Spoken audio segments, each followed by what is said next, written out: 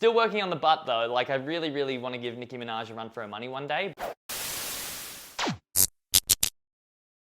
Hello, my name is Tom Gardner and welcome back to my channel and welcome to episode 3 of my zone transformation. Today's video, or this episode, is going to be a little bit different than the other two. The other two I kind of made like documentary style and I wanted to put a lot of production effort into it. However, I still wanted to keep the pretty background, and today I'm just going to be talking to the camera because I really feel like I need to talk like this today. So the 12 weeks that I just did was absolutely amazing, and in today's video I am going to be covering my gains, where I feel about my exercise regime now. Definitely I'm going to be covering some of the challenges because although I'm really good at making my life look great on social media, it's not like that all the time.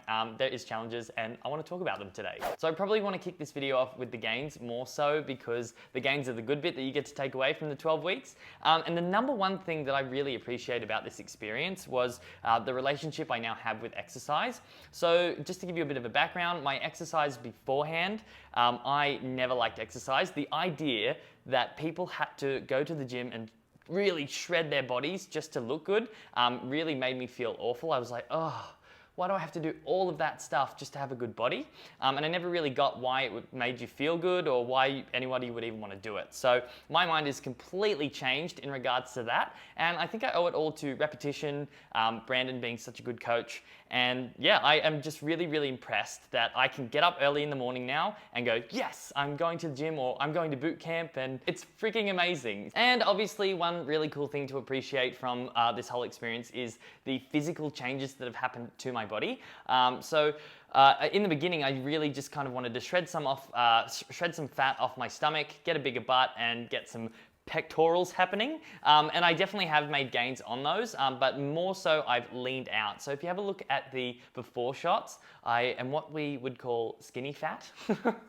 It's kind of like where you appear skinny, but there is fat stores everywhere around your body, and that's kind of what was really pissing me off about it. So I've managed to really bring those back in. Still working on the butt though. Like I really want to give Nicki Minaj a run for her money one day, but I've got a lot of deadlifting and hip thrusting to do. And speaking of hip thrusts, I actually hit a PB with that. Now, weightlifting has never ever been my thing, but hip thrusting is one weight that I really like to do. I started off with just 220s on each side, and the last time I did a hip thrust, I was lifting 130. So that is crazy. That is not something that I would have ever done by myself. So thank you for the push, Brandon.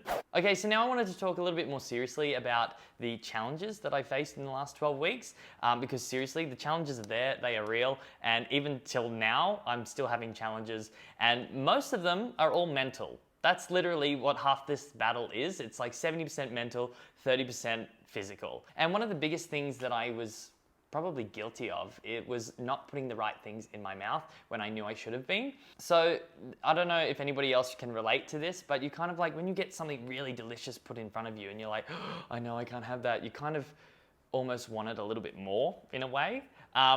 And a lot of the time I would put myself in situations where there was those delicious, beautiful foods hanging around and I would go, oh, well, I'm here, so I may as well freaking eat it, you know?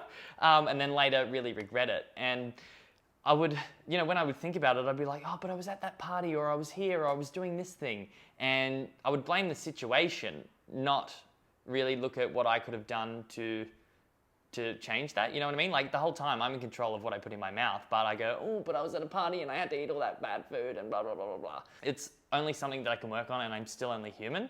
So yeah, that was a really big challenge. And I'm sure my results would have been higher if I had have been more in control of what I was putting in my mouth, but at least I can picture that and I can move forward. Another really big challenge in this past 12 weeks was just remembering why I was making the change. And I think we all sort of experienced this as well. So we'll make a really big decision, or we'll be like, oh, I'm quitting smoking, or I'm gonna go to the gym. And when we're making that decision, we feel really good about that decision, and we go, yes, all right, I'm powered and I'm ready to do this. And then, you know, a week later, we kind of go, oh, new decision's not really fun, and I want to go back to old decision. That's literally the thought process of it, and it's so vicious.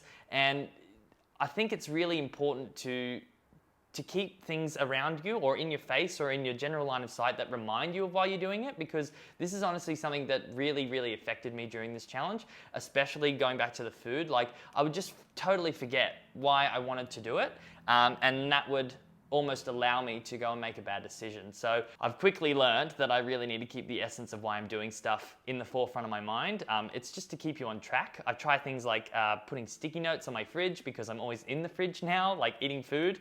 I also have like a blackboard around my house where I write a nice quote. So yeah, they're just two of the really big challenges. There is plenty more. But I guess you have to embark on your own journey to figure out what yours are. They're just two of the really big ones that I've kind of like taken away from this and gone, whoa, I just really didn't realize how difficult I found this kind of thing. Overall, I'm really, really happy where I'm going on this zone journey.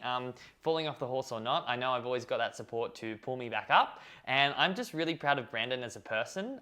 From the minute I walked in and had that first consultation with him, I've just done nothing but learn. And I feel like I've grown so much, even though I have so much more to do. He's just really, really blown me away. And the two biggest lessons I think I can take away from something like this is to make sure you have a freaking action plan, because whether you like it or not, you will fall off the horse and you just have to know how to get back up. I think it's part of life that we go, oh, I'm disheartened. Oh, I'm great. Oh, disheartened. And it's just a constant roller coaster and an up and down. You can't help it.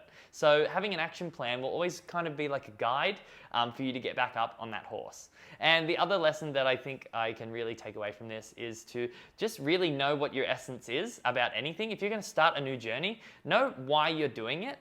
Because when you know why you're doing it, it's so much easier to be passionate about it. And it's just, I don't know, it just makes everything seem a lot clearer. And if you forget, make sure you write it down. Do anything you can to keep it in the forefront of your mind, because it truly does. When we forget, that's when we go and make a bad decision. And then it's when we're feeling the ramifications of the bad decision is when we go, oh, why didn't I just do that one thing? And it's a good thing to avoid. So yeah, that's really all I have to talk about. Anybody that wants to try out Zone and you're living on the Gold Coast, I would seriously, seriously recommend it. And I hope you have a lovely day, and I hope to see you in the program or in the group, in the tribe. That's what we call it, the tribe. I'll see you later. Bye.